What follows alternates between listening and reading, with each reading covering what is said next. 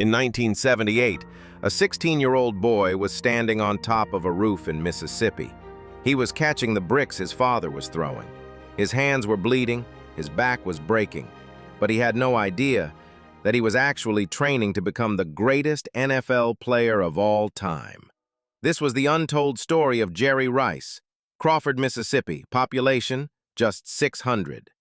Jerry Rice wasn't born with golden hands, he was born with calloused ones. His father, Joe Nathan Rice, was a brick mason. His mother, Eddie B., cleaned the houses of white families in town. 8 kids, 1 bathroom, no air conditioning in the scorching summer heat. Years later, Jerry would say, "We didn't have much, but we had each other." He didn't know it then, but that poverty was forging the NFL's deadliest weapon. Every morning before sunrise, he climbed the scaffolding with his father and caught bricks. Not footballs, bricks. His father shouted, "Jerry, watch it. Pat, catch, stack, pat, catch, stack." Hours of this, day after day. His hands cracked, bled, his fingers swelled. But Jerry never dropped a single brick, not once. His father had one rule: if you drop it, we start over. And Jerry never let his father down. One blistering July morning, Jerry had caught over 300 bricks. His palms were raw, his shoulders burning. His father looked down from the roof and said words that would echo through NFL history. "Son, if you can catch these bricks every single day, there's nothing in this world you can't catch." Jerry wiped the blood off his palms and looked up. "What about footballs, Dad?" His father smiled. Without knowing it, he had just predicted his son's future. Years later in high school, Jerry walked into the cafeteria in the same ripped jeans he wore all week. The other kids laughed. They called him Brick Hands, not because he could catch, but because they thought he was clumsy. One day, the team's star player, Marcus Williams, shoved him in the hallway. "Get out of my way, Brick Hands. You'll never be anything." Jerry's fists clenched. But before a fight broke out, one of the girls stepped in.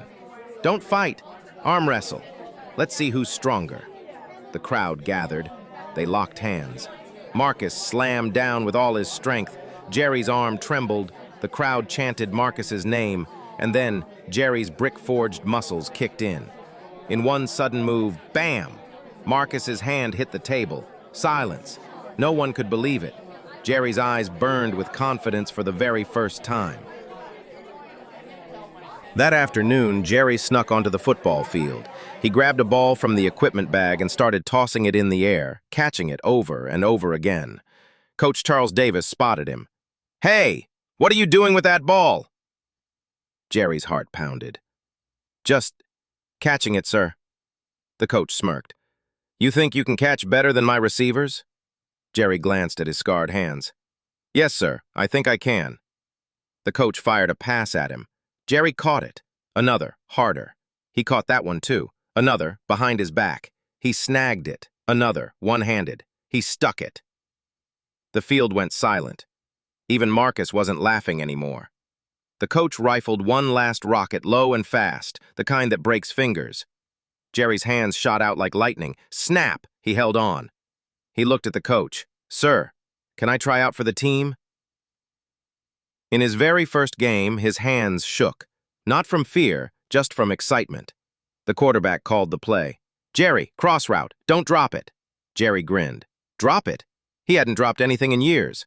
The ball came flying in hard and fast. Snap! Touchdown! The crowd roared. But this was only the beginning. By his senior year, Jerry caught everything thrown his way. 24 catches in one game, 5 touchdowns in another. College scouts poured into tiny Crawford, Mississippi, a place they'd never heard of, but would never forget. Jerry shattered every high school receiving record. The kid who once caught bricks was now unstoppable. On graduation day, Jerry stood on the same roof where he had once caught bricks. His father joined him. "Are you proud of me, Dad?" he asked. His father looked at those hands, scarred from bricks, now destined for greatness. "Son, I always knew you were special. Not because you can catch a football, but because you never quit. Not once. Not when your hands bled. Not when kids laughed at you. Not when life got hard. That's why you'll be great." Jerry nodded, gazing out over the small town that had shaped him.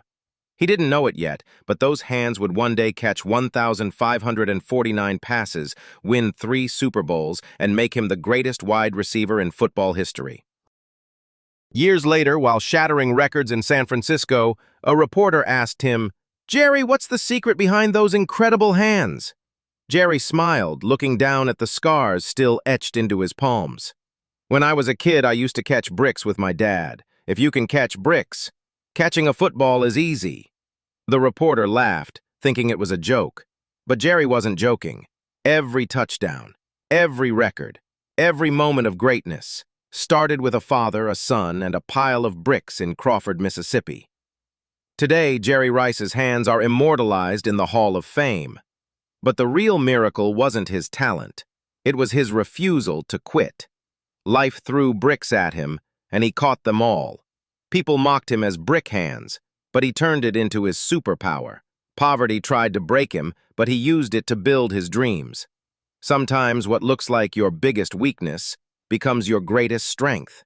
Sometimes the hardest moments in life are preparing you for your biggest victory. And sometimes, catching bricks is just training for catching dreams. Jerry Rice, the greatest of all time, built brick by brick. If stories like this inspire you, let us know in the comments. Tell us, who else deserves their story to be told next? And if you want more powerful journeys from the world of football, make sure to subscribe and turn on notifications, because every week, we bring you another story worth hearing. And hey, if this one moved you, give it a like. It really helps us share these moments with more people who need them.